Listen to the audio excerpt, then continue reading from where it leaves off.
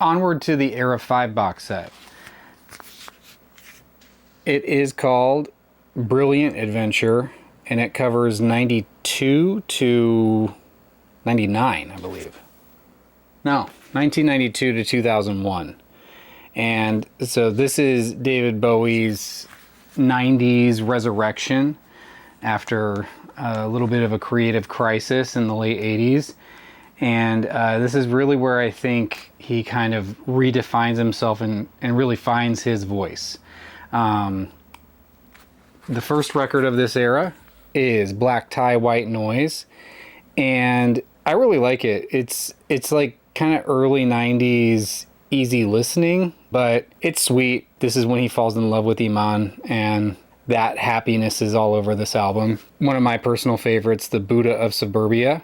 You know, the book itself kind of talks about how this is like a reboot for him. There's a lot of ambient work on here, and you know, he kind of finds that voice that carries through Heathen and The Next Day and beyond.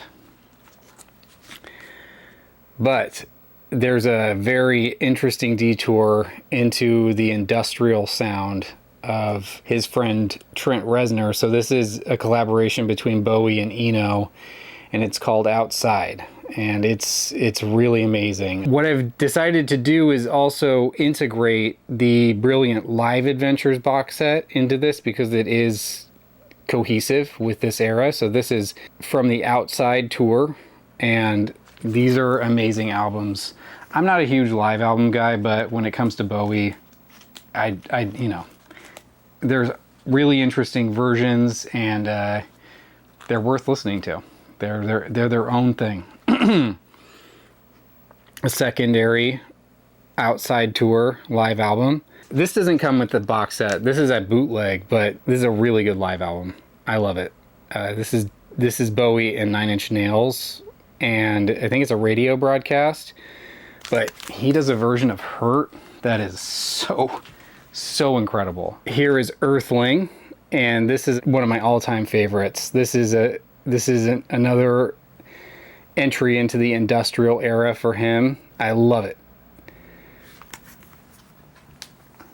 Then we have the Earthling tour. This is one of the albums from Brilliant Live Adventures. Another one from Brilliant Live Adventures. This is where I feel like David Bowie really found his final era and his voice. Hours. One of the most famous tracks is There's Something in the Air. And it's that final era of Bowie emerging. This is the Hours era tour from Brilliant Live Adventures. Another from that era, the Hours tour. And then my absolute favorite Bowie live album, hands down, is him live at the BBC Radio Theatre. The versions that he has on this are a new interpretation of a lot of old stuff, but I absolutely love this album. And it's so well recorded. It's just basically, it's, you know, really does sound like a studio album of alternate versions. And then one of the best things about the boxes, the Eras boxes, is that they will come with hidden albums. So we have Toy, which this was an album that he recorded and he scrapped. And it is like reinterpretations of his earliest songs. This is a great revisiting of his earliest work as a songwriter with his newfound joie de vivre. So Toy is definitely worth a listen. And one of the songs on that was a B-side on the Heathen album that I had. And so I've like always been attached to Conversation Piece re-recorded. And then, of course, the whole reason that I get these is Recall. So this is Recall 5, and just, you know, so many amazing things. Different versions of the industrial era. He was doing a lot of soundtrack work in the 90s too. So tons of just incredible B-sides that come from soundtracks, and all over the place. I do have this in duplicate.